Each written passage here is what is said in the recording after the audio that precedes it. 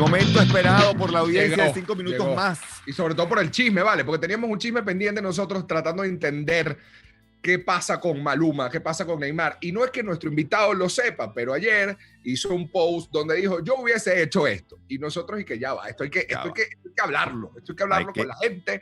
Esto es de interés. Uno leyó el post, hizo en el WhatsApp y que pásame el WhatsApp que yo voy a llamar a Israel. ¿Qué no te va a responder? ¿Qué me va a responder? Porque Israel sabe que hay un público aquí en la Mega que está pendiente de lo que va a decir. ¿Cómo estás, Israel? No, muchísimas gracias, profe, Oscar. Gracias de verdad. Y bueno, gracias por lo menos por seguirme, porque yo sé que seguirme es un acto de verdad de valentía a veces, ¿no? Bueno, yo lo digo abiertamente. La primera vez que nosotros te invitamos a la Mega hubo una cantidad de comentarios de verdad. No sé qué tal. Todo el puritanismo venezolano que a mí me desespera, porque son después los primeros que estaban conectados. Claro. De verdad lo van a tener, qué horror. ¿Y qué dijo? Ahora sí quieres saber qué dijo. No, bueno, entonces vamos a ver qué dice sobre... Tú hubieras hecho otra cosa, contextualizamos a la gente rápidamente una vez más y siéntanse contentos si no están muy enterados del chisme. Eso habla bien de ustedes. Maluma cierra su cuenta de Instagram. Inmediatamente surgen rumores de por qué cerró su cuenta de Instagram. Bueno, al parecer había salido un post en el cual el equipo en el cual está Neymar cantaban la canción que Maluma le había dedicado a su ex que a su vez está ahorita con Neymar. Neymar, que por cierto fue una parte de la vida de Maluma tangencial, porque Maluma claro, le cumpleaños. Amiguitos. Pero entonces esto es una novela mexicana, pero para que la vea todo el mundo. Y yo soy de la sospecha de que hay una estrategia detrás de esto. Sin embargo, queda muy mal que, hasta el momento que salga esa estrategia, que uno diga, era para esto, para sacar el tema página en blanco, qué sé yo cómo lo va a llamar, arrancando de cero. Una cosa así. Hasta ese momento Maluma ha quedado como una especie de loco en medio de todo esto, porque el último post también fue como que molestándose porque la gente le hacía comentarios sobre un perrito y uno decía, no, ya Maluma la perdió aquí. Entonces, ¿qué harías tú, Israel? ¿Qué le recomendarías tú? Bueno, profesor, como sabes, tengo una agencia que se especializa en este manejo de crisis. Este es un tema un poco más banal, más de farándula. Sin embargo, siempre trato de mirar en las tendencias cómo se manejan las crisis y cuáles son las acciones que se hubiesen hecho para poder capitalizar, porque hoy en día hay mucho más con el tema pandemia. Uno puede mirar que las crisis o lo que sucede en las redes sociales cada vez se exponenció mucho más. Es decir, hay mucho más consumo de redes sociales. Venezuela en este momento está en el país número 7 en la posición en el mundo en consumo de información a través de redes sociales, y que lo que hacen las redes sociales ahorita es que también puedes capitalizar y convertir unidades de negocios en todo esto.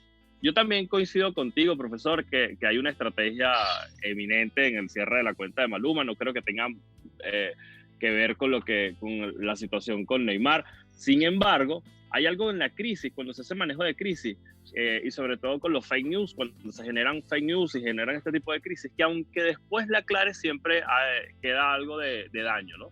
Y esa es una de las características de por qué siempre hay que atajarlas temprano. Por ejemplo, sucede en la política. En la política, que digamos que es el barrio original de los fake news y del ataque desmedido y agresivo en redes sociales. Muchas veces sale un fake news y aunque salga la otra persona y la desmienta y trate de mostrar pruebas, siempre queda un daño que muchas veces es hasta irreparable a nivel de percepción de marca, ¿no? O sea que después de esto no hay un post de Neymar o su novia donde alguien no le comiente Hawái, a juro. A juro, no va a existir, Oscar, era lo que yo decía, ¿no? Sin embargo, en este caso, que es un tema de farándula, aunque pareciera inofensivo, que es un tema y es una canción, puede representar miles y miles y millones de dólares en una estrategia, ¿no? Por ejemplo, ayer se veía como el incremento de las vistas del video en YouTube se incrementaron en casi un 32%, también en Spotify, también el tema empezó a tener posiciones privilegiadas en los playlists más escuchados de todo el planeta, y es únicamente por este tema tan mediático como es que Neymar, que tiene más de 140 millones de seguidores en Instagram, colocar una historia prácticamente burlándose de Maluma, ¿no? Entonces, bueno, pero manteniéndonos en el mismo tema, entonces, tú hablas de el hiperconsumo que ha producido, o el aumento de consumo de redes sociales que ha producido la pandemia, y unámoslo también a que estamos en lo que llamamos generación de cristal, que también hay una cantidad de temas sensibles, y te pongo otra crisis que es interesante. La de Ellen DeGeneres, donde sale una cantidad de gente a decir, en ese programa me maltrataban, Ellen DeGeneres sale a decir, yo no sabía que esto estaba ocurriendo. MGM maneja la crisis diciendo, intervenimos el programa, lo ponemos en pausa, vamos a hacer una evaluación, ya han votado a 3 productores, pero todo el mundo dice, Ellen tenía que saber lo que estaba ocurriendo. Ellen no puede hacerse la loca. Ellen no puede salir en pantalla con su show de simpatía, de cariño y luego echarse para atrás. Ojo, hubo una crisis previa que fue cuando ella salió en su programa diciendo, esto de la pandemia es como una cárcel, pero salía diciéndolo en su casa en Los Ángeles, que tiene el tamaño de 2 cárceles federales, solo que el único preso ahí es ella sola. Entonces, eso ya había generado una ronchita.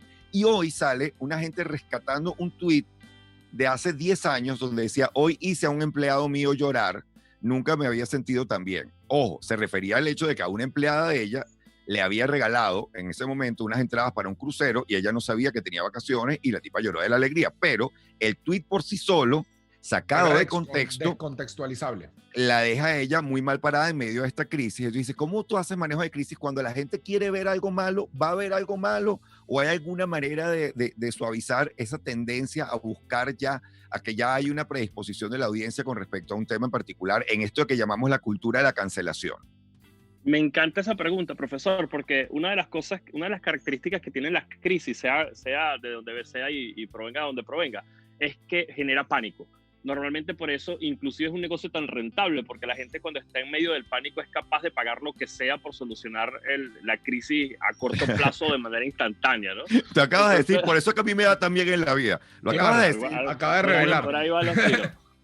Por ahí. Pero realmente a veces el silencio es una manera de comunicar también en las crisis, ¿no? Y hay 2 maneras de manejar las crisis. La primera con una técnica que se llama desventaja real percibida, el manejo de la desventaja real percibida, que es cuando no puedes ocultar, digamos, el desastre que tienes. Entonces lo minimizas y generas o digamos maximizas cuáles son los beneficios o los atributos que tú quieres que la gente sepa, y esto va a aplacar un poco esa desventaja real percibida que tengas en ese momento. Y el otro es por falta de información. Muchas veces, como en este caso, hay una falta de información, hay tweets sacados de contexto, hay una matriz que se genera y que la gente la da por cierto. Inclusive, otra característica de las crisis es que cuando hay un presunto, la gente lo asume como verídico y como real. Y eso es lo peligroso. Y esto es lo que hace que se genere el pánico. Y en las crisis, una de las cosas que siempre le decimos a nuestros clientes, inclusive tengo psicólogos dentro del equipo, es que es normal sentir miedo, pero inmaduro sentir pánico. El pánico es lo que te hace tomar decisiones como voy a renunciar, voy a intervenir un programa, voy a cerrar una cuenta, y tomar acciones que después es mucho más difícil remediarlas, y a nivel de percepción ya a veces queda un daño, inclusive a veces irreparable. Entonces, como siempre decimos en el manejo de crisis, el pánico es inmaduro, el miedo es aceptable. Y lo que pasa inclusive con esta, y te pregunto, de cara al manejo de estas crisis, cuando toman estas medidas tan radicales de déjame cerrar la cuenta versus la gente que siempre está buscando algo malo, lo que ya hablábamos del tema de la necesidad de cancelar. ¿Por qué crees que se produce ese fenómeno? Porque hay como inclusive una pérdida de la credibilidad donde hasta ciertos manejos de crisis ya no son válidos. Es decir, hace un rato ya dejamos de ver el me hackearon porque ya nadie cree en el me hackearon. Ya dejaste de ver como las excusas de siempre, y ahora la gente está entendiendo un poco más que ya va, ¿qué está pasando aquí? O sea, ¿eso tiene que ver con el público, con las cuentas o cómo? Hay un caso que, para responderte esa pregunta, Oscar, hay un caso que manejamos hace 1 año y medio de los hermanos Rauch, que no sé si los conoces, son unos chefs muy famosos en Colombia, que uno de ellos, uno es chef, el otro es pastelero, y para resumirte el caso, le tocó hacer al pastelero, porque no estaba el hermano, un en vivo para Food Network, en un Facebook Live, donde iba a hacer un patacón, y él no supo hacer el patacón en vivo, en vivo con millones de personas conectadas, lo que hizo una avalancha de críticas y de una crisis tremenda de reputación, y esto hizo que tal vez iba a perder los sponsors más importantes, y él manejó la crisis como normalmente lo maneja mucha gente, no hizo nada, se hizo el loco, ¿no? Eso fue el 17 de diciembre, en enero ya la crisis estaba en su punto máximo. Ellos deciden contratarnos y nosotros hicimos una estrategia donde era que ese chef iba al donde era oriundo el patacón, que yo entré en un conflicto porque él decía que era de Cartagena y yo decía, me siento traicionero porque... Pero si esto es de Maracaibo. Esta es la discusión de la arepa otra vez. Nos quieren robar el patacón. No. Pero bueno, cuando aprobó el presupuesto, yo dije, bueno, hoy por ti, mañana por mí, déjame ayudarlo. Entonces, Claro, bueno, claro. fueron a Cartagena y buscaron a una señora María que había ganado un premio de calle, de patacón, y donde la señora lo enseñaba a hacer un patacón y decía, ni los mejores chefs del mundo podrán con las recetas de la abuela. Es decir, manejar una crisis con humor, con humildad, y esto hizo que se revertiera esa crisis y que inclusive le diera un espacio dentro de la cadena exclusivamente para que fuese dentro de Colombia, descubriendo esas recetas autóctonas. Es decir, se pudo voltear esa crisis, manejarla con humildad y con humor. Entonces, En ese caso, estás apelando al y humor además, y estás apelando a la honestidad.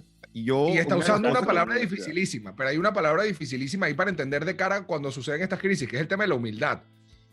Porque si no se acepta esa palabra, la crisis es más difícil de manejar.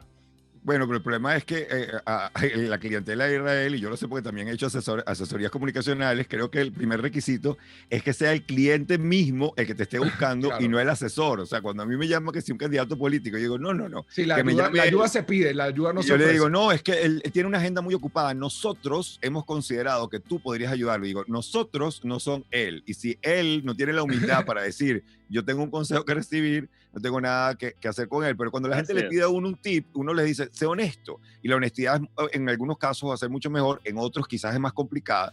Pero también está el tema de cuánta relación hay entre la realidad de las redes sociales y la realidad de la calle. Te lo digo porque yo tuve la ocasión en que yo hice un trabajo con un periodista venezolano muy polémico, que es Vladimir Villegas.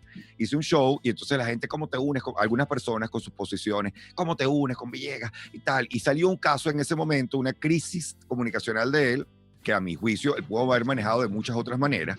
Y yo dije, estamos saliendo de gira, la gente nos va a caer encima donde quiera que lleguemos, le van a preguntar sobre este tema, tal. Y era relativo. Llegábamos a cualquier lugar y la gente se acercaba con el mismo cariño de siempre. Entonces tú decías, hay unas redes sociales que suenan así y hay una calle que está relajada, que está en otra cosa. Entonces también a veces le damos tanta importancia que es una locura. Así es, yo creo que el tema del online y el offline, lo que sí sucede es una realidad, es que la gente, los temas que son polémicos o virales o están en tendencia en el online, es lo que uno saca del online y lo lleva al offline, es lo que te sientas con tus amigos o con tus familiares a conversar de los temas que están en tendencia. Pero sí existe algo, además yo en la agencia, nosotros decimos, es algo, un término interno que llamamos el control de la tendencia, que es que antes, cuando empezaron estos temas de que había gente que eran líderes de opinión, por no llamarlos influencers, ¿no? Líderes de opinión en cierto tema, que decían una opinión con respecto a algo que estaba pasando, la gente lo respetaba e influía en su opinión. Hoy no es así, hoy es la gente que quiere que tú opines como ellos y si no lo haces, eres apedreado digitalmente, ¿no? Estás contra mí. Si no lo haces, o opinas, ¿por qué no me estás diciendo exactamente lo que yo quiero que me digas? Si las yo redes, para eso estoy aquí contigo. De hecho, es la cuna de la falacia. Eso es lo que en comunicación se llama sesgos de información. Cuando tú tienes algo que quieres creer, es mucho más fácil que seas víctima de los fake news, porque normalmente los fake news que toman más fuerza son los que tú quieres creer. Por ejemplo, tú quieres creer porque lo quieres creer que se murió tal persona. Entonces, cuando sale ese rumor, lo viralizas porque así quieres que pase. Por ejemplo, es lo mismo que apoya las teorías de conspiración, que es algo que es muy grande, no puede tener una explicación sencilla. Yo quiero una explicación, prefiero creer que hay una raza de reptiles ubicados en altas esferas del poder, porque no puedo creer que esto no esté condicionado. Y al final lo que creo que dices es como también esa misma labor que haces con tu tía de tía, no todo lo que lees en internet es verdad, hacerlo con tu comunidad. Llevarlo con la gente que te acompaña. Pero igual se hace muy interesante todo lo que está detrás de este aparato y otros casos tan interesantes como el de Maluma y como todo eso que al final uno queda, me entiendo que fue lo que nos trajo, el humor del caso inicial, que fue, vamos a hablar un poco de lo que está pasando en redes, además que la pandemia es lo que le quedó a la gente. Así es. Mira, yo creo que hoy en día la comunicación es 360, ¿no? Pasa en la política también. Por ejemplo, hay una profesional del tema de comunicación que se llama Vania de Dios, que ella se especializa en la comunicación de las primeras damas, porque que seas esposa de un político no significa que te guste la política y que sepas hacer política. Entonces, en América Latina, casi el 30% de las crisis de los candidatos las generan las primeras damas, porque no saben, dijeron algo que no tenían que decir, hicieron algo que no tenían que hacer, pero nadie las asesora. Entonces, particularmente ella encontró ese nicho especializado de las primeras damas y le ha ido buenísimo asesorando a las primeras damas de todos los políticos en América Latina. Y además Michelle Obama la dejó muy alta, porque Michelle Obama hizo su trabajo también, que había, o la Hillary Clinton, que de primera dama pasó a candidata presidencial, que tú dices, ahora ya yo no puedo ser simple y llanamente la que sabe dónde van los cubiertos. Tengo que poder decir, aunque sea algo, y no meter la pata porque yo no soy electa, que es lo que la gente critica de las primeras damas. Que amiga, usted nadie la eligió y ahora usted está hablando de política. Pregúntale a Melania. Pregúntale a Melania. Sí, yo para cerrar siempre digo que el caos solo es malo cuando te sorprende. Yo creo que nosotros que somos hijos de las redes, o los que usted, profesor, que es un profesional de carrera y que también supo mutar su marca a las redes y todo lo demás, pero hay muchos que no, hay muchos que llegamos siendo nativos de las redes, hijos de las redes, y que yo creo que todos estamos aprendiendo, ¿no? Ya serán nuestros hijos o los hijos de nuestros hijos que entenderán mejor cómo se maneja esta comunicación que cambió nuestra vida para siempre, marcas, relaciones personales, comunicación, campañas políticas. Nosotros estamos en un proceso de aprendizaje tal vez trascendental, porque lo que hagamos nosotros hoy va a ser cómo se va a comunicar en el futuro. Bueno, tenemos que cerrar, lamentablemente. Sí. Podríamos casi que consultarte cada mes, cada crisis, porque la verdad que hay muchísimo tela que cortar. Muchísimas gracias a Israel que nos contactó con nosotros.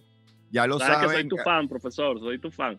Muy honrado cada vez que lo dices. Igualmente lo soy de ti, y además soy muy fan de los comentarios locos que la gente dice cuando yo afirmo que soy fan de Israel, porque dice, pero ¿cómo lo vas a decir? Y tal que yo digo, oye, la verdad es que la gente compra lo que quiere comprar. Qué maravilla lo que uno puede hacer con una reputación, y al fin y al cabo... Lo que queremos es que no pase tanto tiempo para que haya otra conversa.